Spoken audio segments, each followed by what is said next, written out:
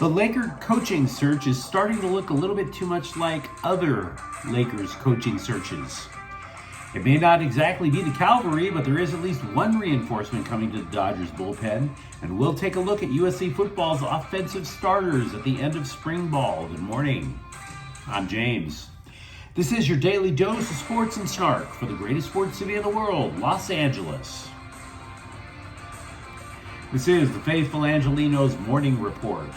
So it is May 11th, 2024. It is my last weekend in St. Loser misery. Next week, Illinois. Not exactly an upgrade, but so be it. What do you say we talk some LA sports? And if you like being in the know about LA, click the like button. Click the subscribe button. There's a notification bell. Hit that. It'll let you know when we drop new content. Sharing is caring. Let people know we exist. And by all means, comment. Now, before we go through the news and notes, a look at the scoreboard. Hell of a pitching duel last night, I must say. But Slime Diego edged the Dodgers 2-1. I don't like to spend a lot of time second-guessing the decisions of coaches and managers. But the moment Dave Roberts brought in Michael Grove, I knew the game was over. The Puds walk it off. Freddie Freeman's sacrifice fly gives the Dodgers their only run. Meanwhile, today, the Dodgers are at Slime Diego again at 5:30. James Paxton is 4-1 with a 3.06 ERA. Matt Waldron is 1-4 with a 5.82 ERA. It is Galaxy Game Day. They are hosting Real Salt Lake at 7:30. By the way, the Galaxy are playing 3 games in 8 days, 2 of which are on the road, so it's going to test the depth. Vancouver is at LAFC at 7:30, and I'm genuinely curious about this match, because many starters for the black and gold played a lot in a U.S. Open Cup match on Wednesday. So you have to wonder how their stamina is going to be. But what do you say we get to the news? After firing Darvin Ham, the Lakers said they would begin an immediate coaching search. Then we heard that they were going to take their time. Immediate time taking. That's an unsettling way of putting things.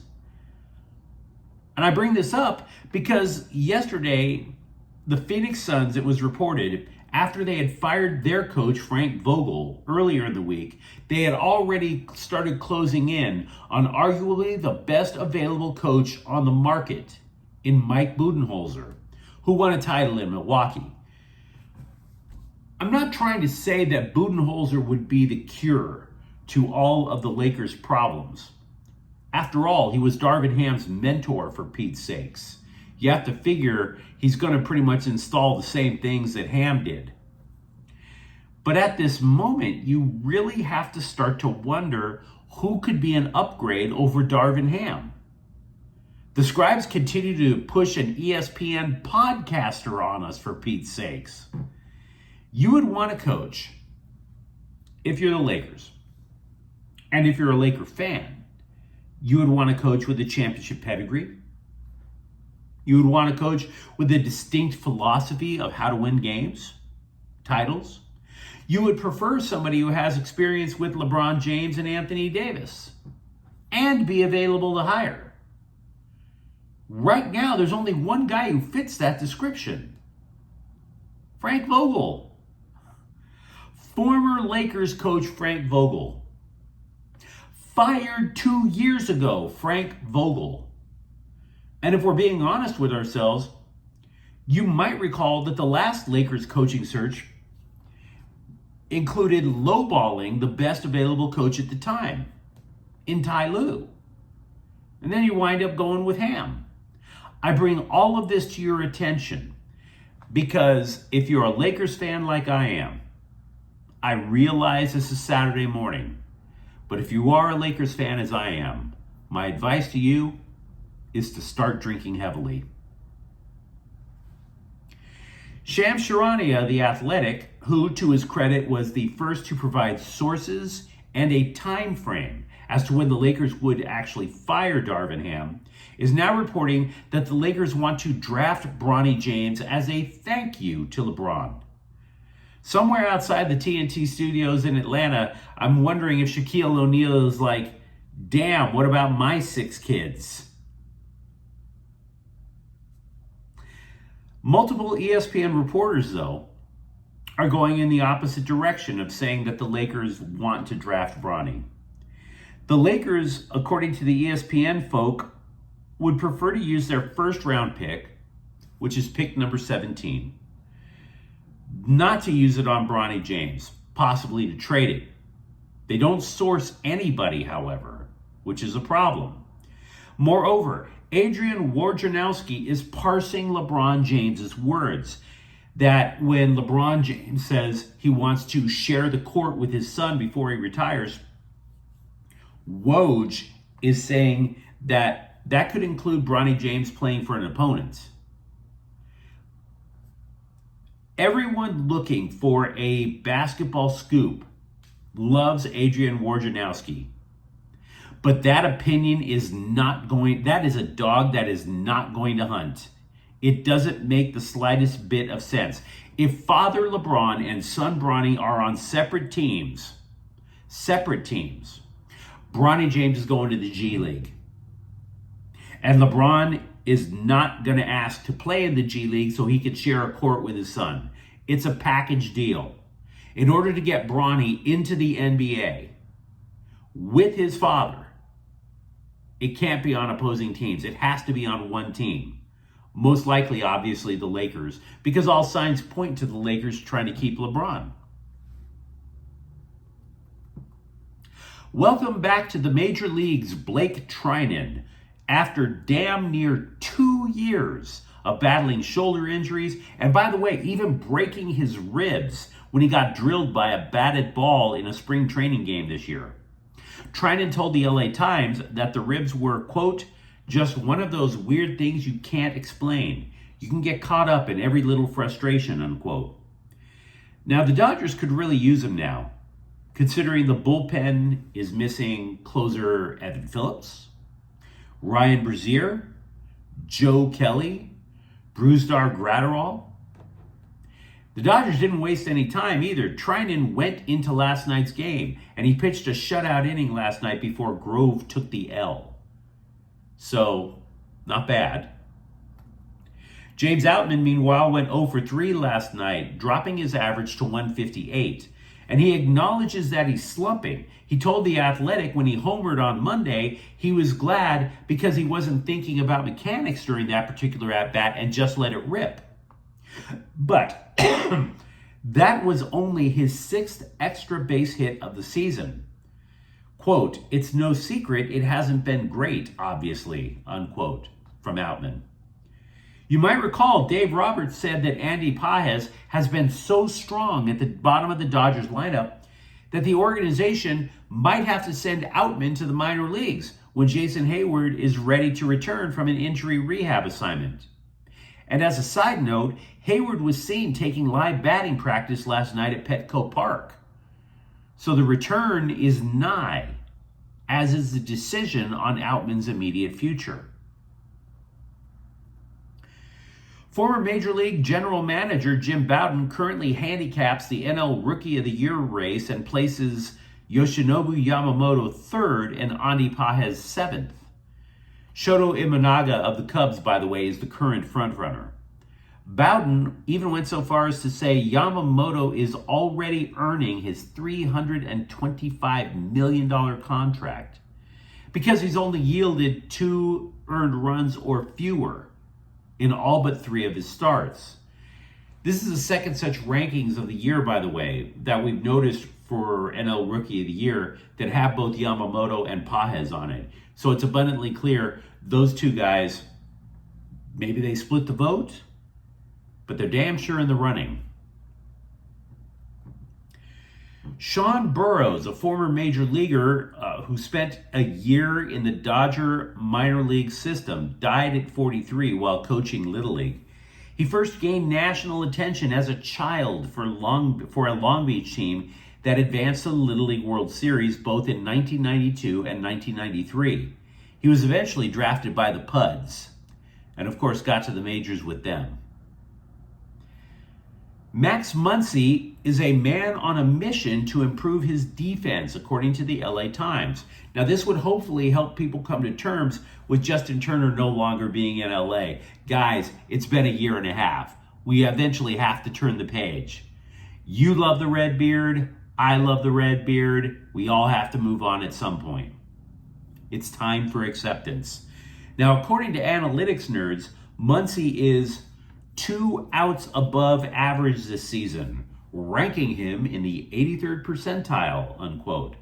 And if any of you guys could translate that crap for me, please advise. Please advise. The Athletic took a stab at USC's depth chart after spring football, much of which, if you follow the Trojans on a regular basis or follow this program on a regular basis, you can pretty much forecast it on your own. You already know that Miller Moss is leaving at quarterback. There's a transfer, Woody Marks, who's probably going to be the every down back for SC as well. But the first thing that grabs your attention about USC's offensive depth chart is that at the top of the wide receiver room are 4 sophomores. Now, you might say, well, James, Kyle Ford came back. He was part of the Trojans program. He's a senior now. Maybe he gets a second look. But if you consider how he's bounced from USC to UCLA and then back to USC over the last couple of years, he's got to prove himself before he can actually get some playing time, which might be the reason why his career hasn't been what he anticipated it would be coming out of high school. Tight end is a little unsettled because Lake McCree is coming off of a knee injury. And then comes the offensive line. Lincoln Riley has repeatedly said that he wanted depth during spring ball. So even though you might think the starting 5 are set with left tackle Elijah Page, left guard Emmanuel Pregnon, center Jonah Monheim, right guard Alani Noah, and right tackle Mason Murphy, I wouldn't push all my chips behind the right side of that line. Riley has been making the transfer portal again a priority with the offensive line. The right side, those jobs are not set in granite. Would you agree with me that athletes have some really awesome nicknames?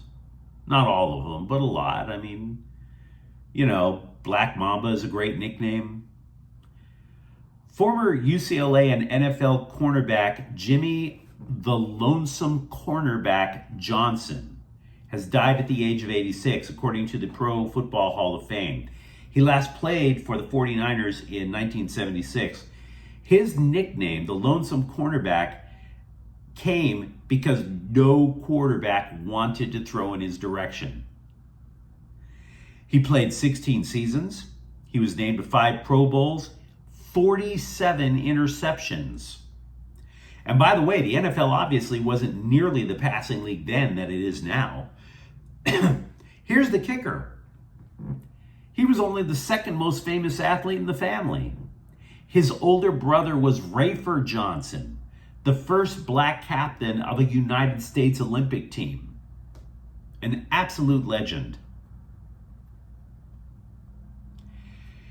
Jerry Rice is not happy that his son Brendan, the former USC wide receiver, taken by the Chargers, but was drafted in the 7th round.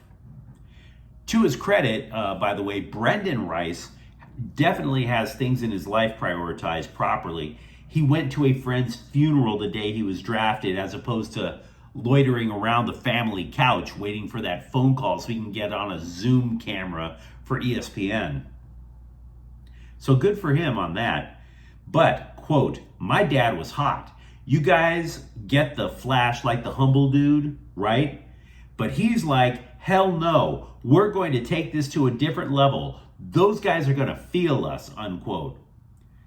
Which is a hell of a thing to say after a eulogy, but hey, who am I? If that means that Jim Harbaugh gets the best version of Rice on an otherwise unimpressive receiving corps for the Bolts, then it's good for the team and damn sure good for the family name. I don't want to lie to you and claim that I know the new Chargers playbook, but what I can tell you from reading about Baltimore is they run a lot of play action calls, which I would presume is going to be now brought over to the Chargers. The reason this matters is because play action passes are effective for people who run clever routes. Because the defense is going to freeze for that split second when they think that the quarterback is handing the ball off to a running back. When the defense freezes, then the wide receiver makes that quick cut and they're wide open. Who excels in catches and runs, and who excels in quick cuts? Chargers draft pick Ladd McConkey, which is another reason to expect him to have a great rookie year. But you let me know what you think in the comments thread. Are you losing optimism in the Lakers' ability to find a decent head coach? Are you at least somewhat optimistic that the Dodgers bullpen will eventually get healthy? After all, they're going to be in first place no matter what happens. And if you enjoyed the content, don't forget to subscribe to Faithful Angelenos. We're talking LA sports every single day here. Thank you for watching. I'm James. We'll be back tomorrow morning. Faithful Angelenos is a Kian Corte El Queso production. Take care.